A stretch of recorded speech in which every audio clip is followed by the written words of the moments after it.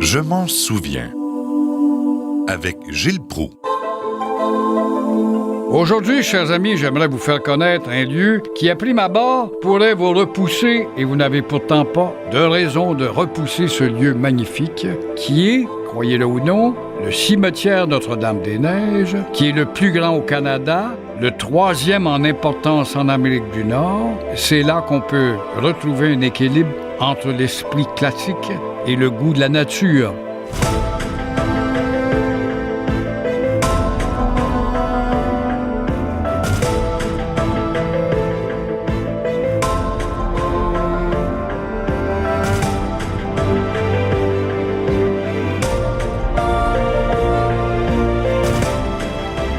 Ça a été un mouvement à la mode, ça, au 18e siècle, sous l'influence du philosophe Jean-Jacques Rousseau.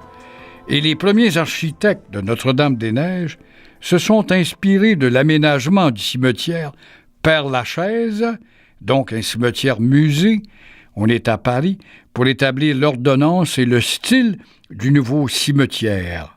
C'est incroyable. Le cimetière de Montréal, ou de Côte-des-Neiges, a des zones spécifiques réservées aux Français, aux Italiens, aux Grecs, aux Polonais, aux Portugais, aux Ukrainiens, aux Chinois, aux Coréens, aux Vietnamiens et aux Japonais. Et ce cimetière Notre-Dame-des-Neiges accueille plus de 175 000 visiteurs par année. Il s'agit donc, comme je le disais, du troisième en importance et beauté en Amérique du Nord, après Boston et New York. Il faudrait peut-être rajouter le cimetière d'Arlington à Washington. Et quant à être aux États-Unis, il ne faudrait pas oublier celui de la Nouvelle-Orléans. Et quant à être en Amérique, il ne faudrait pas oublier celui de La Havane. Alors, vous voyez, et de Buenos Aires également, qui est très beau. Le marbre est omniprésent. Faut avoir voyagé, justement, pour s'apercevoir que ces cimetières sont aussi devenus des lieux d'arrêt touristique.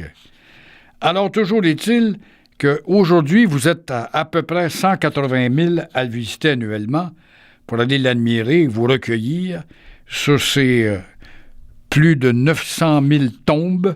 Donc, il y a une ville de près d'1 million de morts qui reposent là. Ces gens qui, hier, ont hurlé, ont souffert, ont joui, ont fait du bien, ont fait du mal, ont fait plus ou moins bien, ont été utiles, grandement utiles ou peu utiles, qui sont là, qui reposent. Ce cimetière compte 10 000 arbres, dont certains ont atteint 250 ans.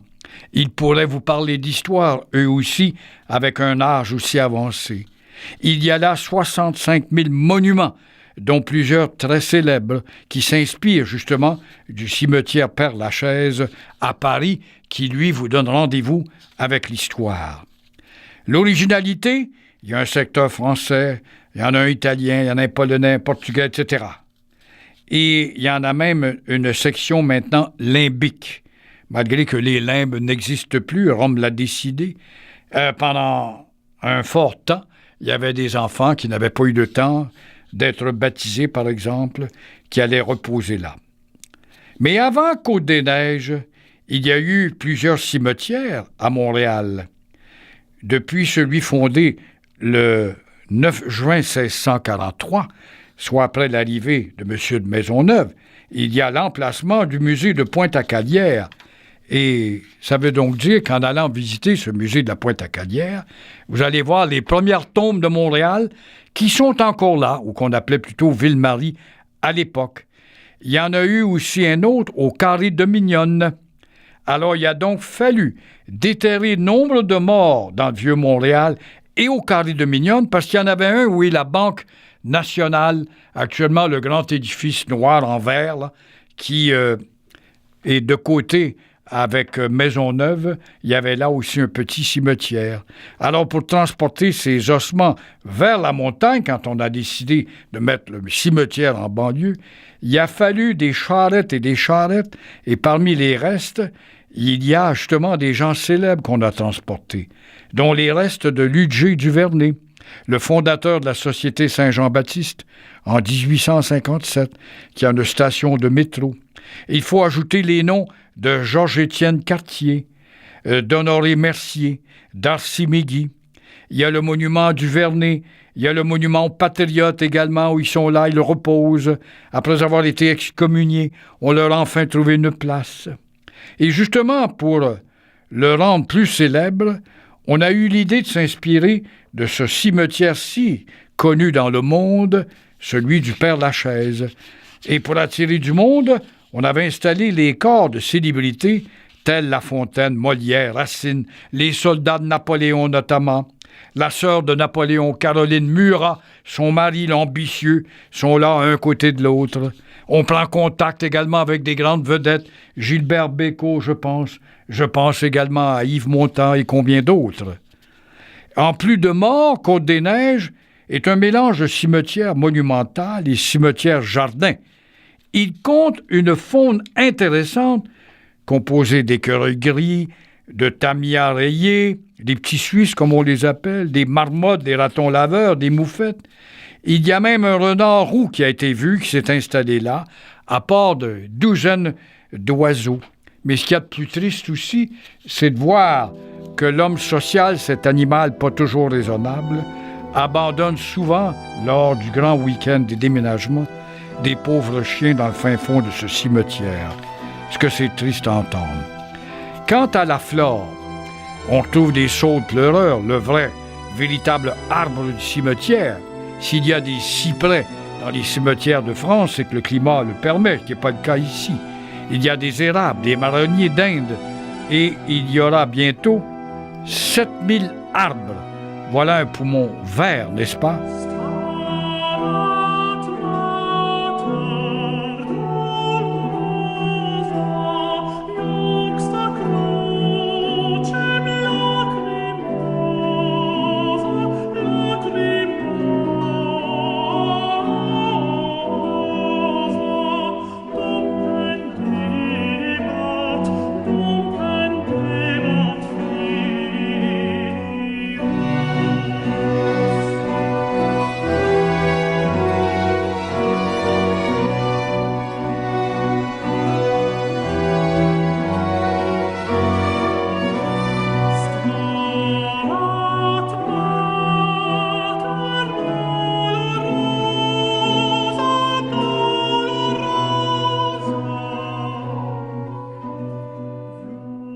Pourquoi le Mont-Royal? Bref, parce que c'est une situation privilégiée sur cette montagne, qui est une colline plus que d'autres choses, qui en font un endroit idéal pour les amants de la nature. Et il faut que je vous raconte, à travers le cimetière de la Côte-des-Neiges, non seulement l'importance des personnages qui sont là, mais d'une affaire qui a fait grand bruit, l'affaire Guibord, dont la pierre tombale, fendue en deux, est encore là, et Québec a posé une plaque pour expliciter un petit peu de quoi il s'agit, l'affaire Guibord. On est en novembre 1869. On est à l'époque ultramontaine, ultra-conservatrice, où l'Église a droit à une domination de concert avec le pouvoir britannique, bien sûr, à un pouvoir presque absolu de vie ou de mort, d'excommunion. Et évidemment, on est au lendemain des Patriotes, 1837-38, et puis de l'Acte d'Union, 1840. Le clergé va hériter quand même du pouvoir de nous instruire à sa façon. Alors, je disais donc, en cette année 1869, meurt Joseph Guibord, un simple imprimeur. Mais imaginez-vous qu'il était un membre de l'Institut canadien qui avait une bibliothèque contenant des livres à l'index que l'Église avait interdits. C'est-à-dire des livres interdits par l'Église du temps, qui dominait et était ultramontiste. Et c'est là que Monseigneur Bourget décide d'interdire des funérailles ou l'inhumation du pauvre Guibord dans un lot qu'il avait acheté. Sa famille s'était acheté un terrain. Suite à cela, sa femme va faire un procès qui va durer 4 ans devant les tribunaux. On va s'opposer au régime des robes noires, des soutanes, et aussi à celui des libéraux du temps qui appuient la famille Guibord. Les défenseurs de Guibord finiront par gagner et la dépouille sera enterrée sous escorte policière et militaire, peut-on imaginer ça? Tout ça parce que Monseigneur Bourget, qui emmenait large, ne voulait pas que son corps aille au cimetière Bini. En attendant, son corps, parce que ça va prendre du temps avant qu'elle gagne, la veuve, son corps va reposer dans le charnier du cimetière protestant. Mais c'était un catholique, et madame voulait que son mari soit enterré dans son terrain, comme catholique, même s'il était membre du club de penseurs mis à l'index. Alors, toujours est-il qu'imaginez-vous donc que l'entrepreneur de pompes funèbres était nul autre que le salon L. Thériault de Verdun, qui existe encore. Il était existant en 1866, et cet événement arrive en 69. On mettra une dalle de ciment pour être certain qu'on ne viendra pas le sortir de terre pour le jeter hors du cimetière, comme certains ultra-catholiques avaient songé le faire. Sa tombe sera donc, par Monseigneur Bourget, puisqu'il a perdu en coup, désacralisée. Pas des fastes. Vivant, il ne voulait pas de nous, disait-il. Il ne voulait pas nous, les catholiques, avec ses livres à l'index. Mort, nous ne voulons pas de ces gens-là.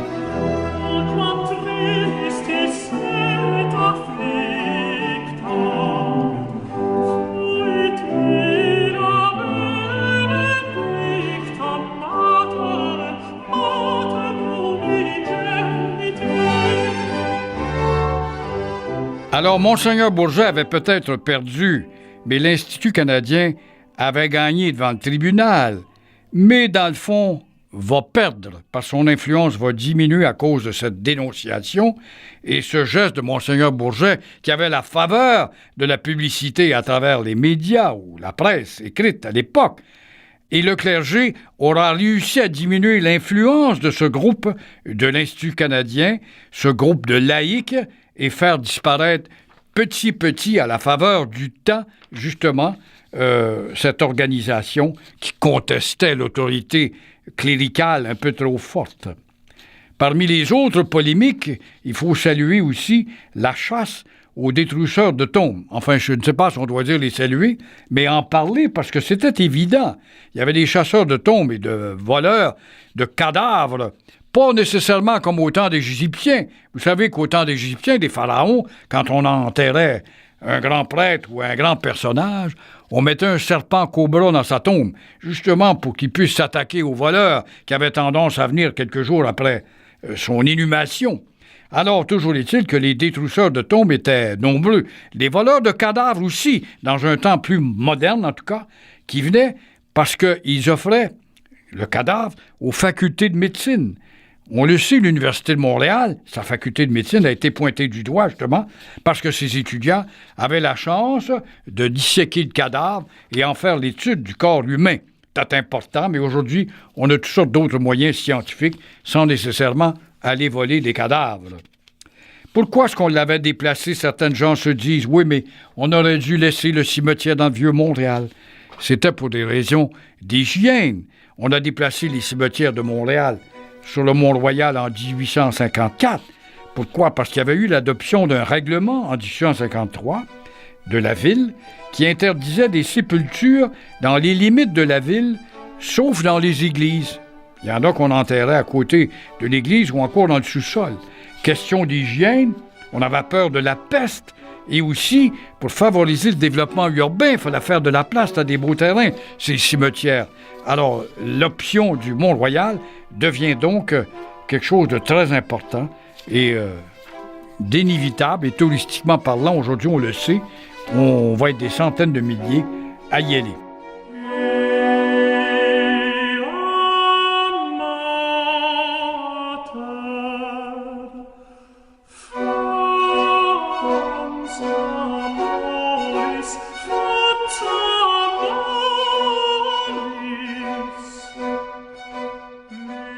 Y aller là-haut, c'est tellement agréable, et même s'il y en a encore des gens qui ont la frousse, c'est pas possible, qui traversent le cimetière en sifflant parce qu'ils ont peur que le mort sorte de la tombe, tout ça est de l'imaginaire, et c'est bon pour le cinéma et les romans. C'est un lieu paisible que le cimetière de la Côte-des-Neiges, un îlot de verdure, et il y a plusieurs espèces d'oiseaux qui vous accompagnent et qui visitent cet environnement privilégié. Ils sont attirés, ces oiseaux-là.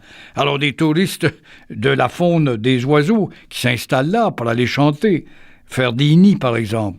À différentes époques de l'année, on peut y observer en tout cas des bruants, des carouges à épaulettes qu'on appelle des étourneaux à épaulettes, des chardonnerets jaunes, il y en a, des corneilles d'Amérique, des cresserelles, d'Amérique toujours, des étourneaux, des sansonnets, des goglus, des hirondelles, des merles d'Amérique, des mésanges à tête noire, des moineaux, moqueurs, les orioles du Nord.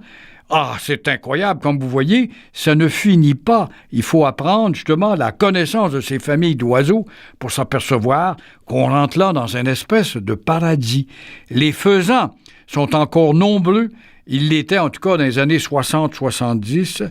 Hélas, aujourd'hui, ils sont presque disparus. Pourquoi? Parce que l'homme, avec le bruit, ses constructions, les environnements tout autour, chasse ces animaux-là. C'est pourquoi on voit des fois des renards dans des îlots de verdure, même à Montréal et au cimetière. C'est nous qui leur avons volé leur territoire.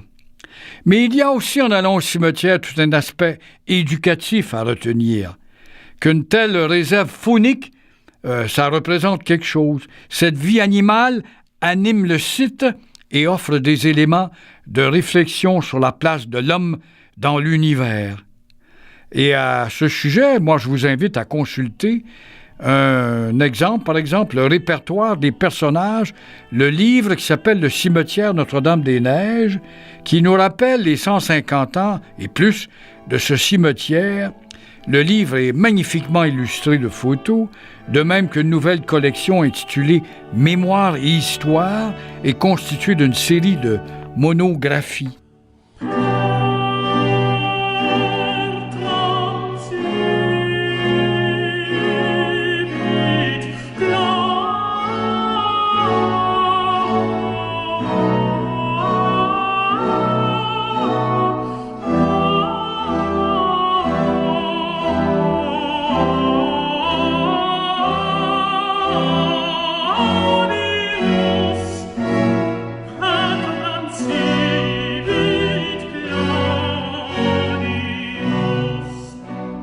Quelles sont les personnalités qui sont là? Elles sont nombreuses, plusieurs centaines, on parle de 350, par exemple.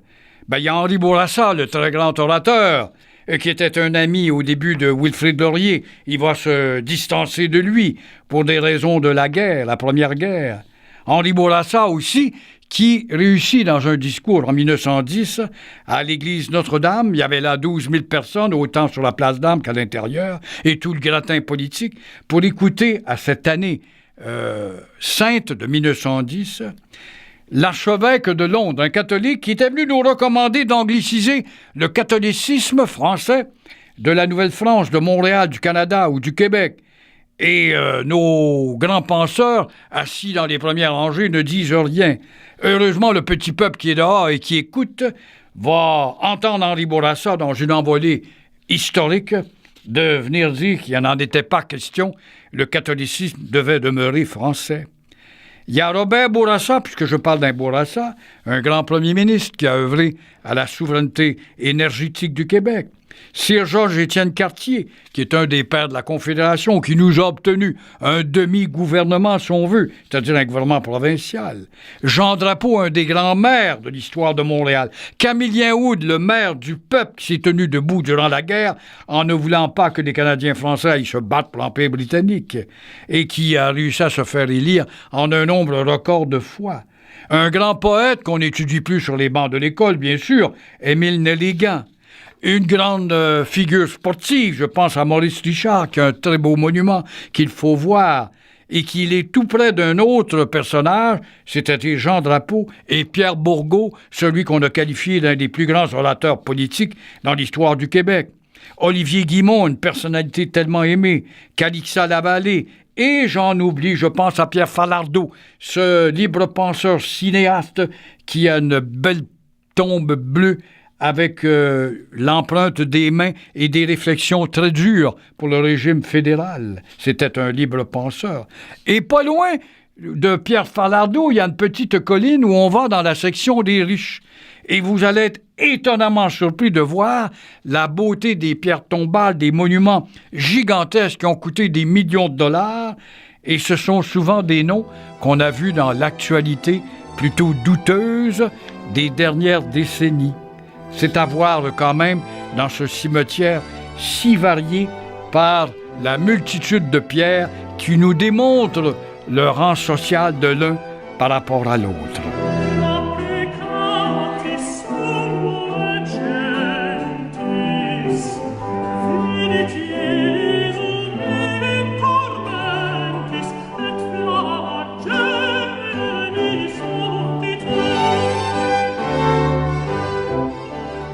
Le cimetière de la Côte-des-Neiges a subi plusieurs transformations.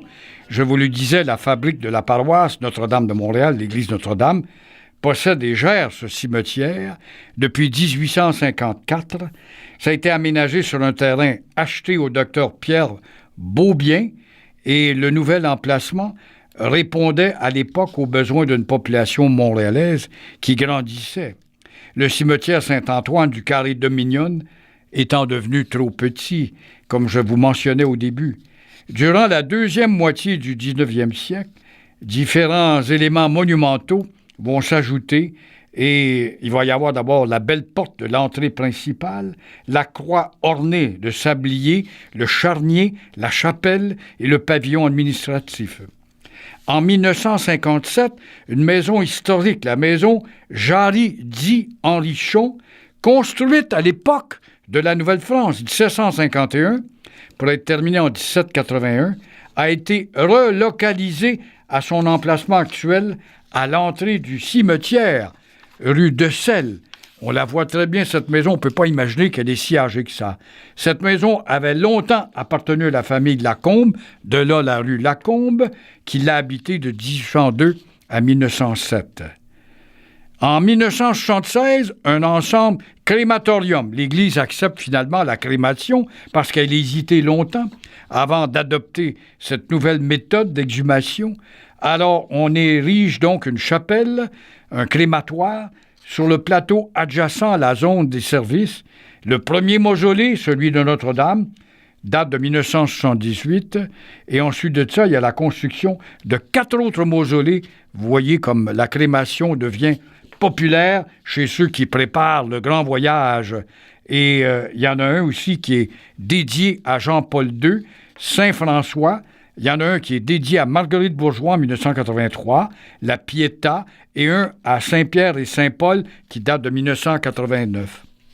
En 1994, la transformation du charnier en mausolée situé dans l'axe de l'entrée principale, ainsi que l'ajout d'un bassin en façade, sont complétés.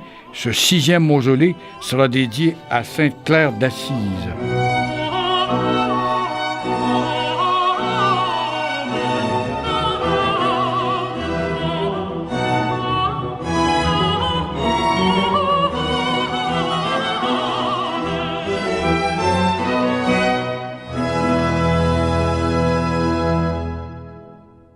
Une autre section fort importante dont je ne vous ai pas parlé, c'est dans le fin fond du cimetière. Vous allez trouver là un territoire réservé à des militaires qui ont servi, qui ont connu le feu, que ce soit la Première Guerre, la Deuxième ou la guerre de Corée, où le Canada a participé. Et ce sont de belles tombes bien entretenues avec un monument identitaire, c'est-à-dire une croix, qui pourrait peut-être déplaire à certains individus, car il ne faut plus parler de croix, et qui s'appelle le cimetière militaire. Il y a là quelques centaines de morts qui ont œuvré durant la Première Guerre, la Deuxième Guerre mondiale et également la guerre de Corée. Et malheureusement, à une époque où les pierres ont été fabriquées avec les inscriptions, on voit que tous ces Canadiens français qui ont servi ont droit justement à une identification anglaise, chose qui aujourd'hui ne se répéterait pas pour les raisons qu'on connaît depuis que le Québec a su revendiquer. Mais c'est quand même une belle section à voir si vous avez dans votre famille ou cœur à l'histoire de la Première, la Deuxième, voir justement ces gens qui sont tombés devant le feu de l'ennemi. Les fleurs et les plantes décoratives jouent aussi un rôle dans la culture occidentale. C'est un rôle traditionnel qui souligne la mémoire des êtres chers. Alors, il est facile de comprendre pourquoi elles ont été, dès l'origine du cimetière, associées à l'embellissement des lieux et afin de simplifier les multiples étapes lors du deuil d'un proche, eh bien, c'est sûr que Côte-des-Neiges vous donne un choix. S'il y a une ombre au tableau à manifester, c'est au chapitre de l'entretien. Vous allez me dire, je vais mettre ça sur le dos du syndicalisme, mais il en demeure pas moins que depuis que les employés du cimetière, puisque jadis, on se battait pour aller travailler au cimetière l'été chez les étudiants, tellement on aimait être dans ce milieu champêtre. On ne comptait pas les heures. Mais la syndicalisation est venue compartimenter encore une fois l'ouvrage et puis diminuer, car un syndicat, c'est toujours là pour en demander plus et en donner moins. Je ne vous apprends rien là-dessus. Et le résultat est là.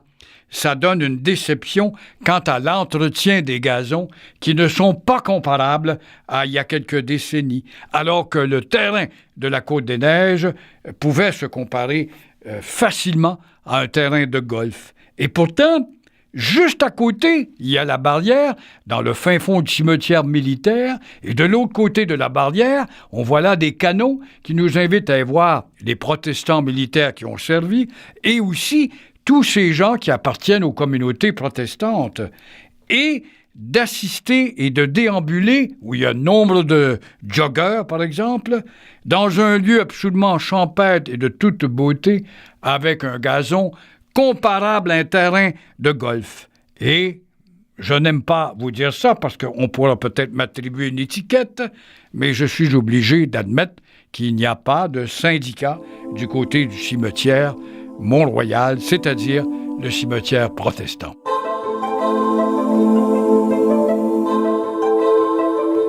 Alors, c'est ainsi que je vous laisse, mes chers amis, après vous avoir parlé d'un lieu qu'on n'a pas toujours tendance à vouloir visiter et qui, pourtant, ils sont 180 000, 200 000 à y aller, et ça vaut la peine parce que ce n'est pas qu'un lieu de peur, comme certains pensent, ou encore d'oubli parce que ces gens qui sont morts doivent être oubliés, ce qui n'est pas le cas. Il faut y aller à la fête des mères pour voir la joie qu'il y a dans le cimetière de toutes ces communautés qui viennent fleurir les tombes par respect pour leurs mères, tout comme à la fête des pères. Alors, le cimetière de la Côte-des-Neiges, c'est un atout touristiquement parlant et identitairement parlant, le troisième grand cimetière du Canada, le troisième en importance en Amérique du Nord, bien que je vous en ai nommé d'autres, dont Arlington ou encore celui de Nouvelle-Orléans, ou de Boston ou de New York. Bien demeure pour moi que le cimetière de la Côte-des-Neiges fait honneur à Montréal.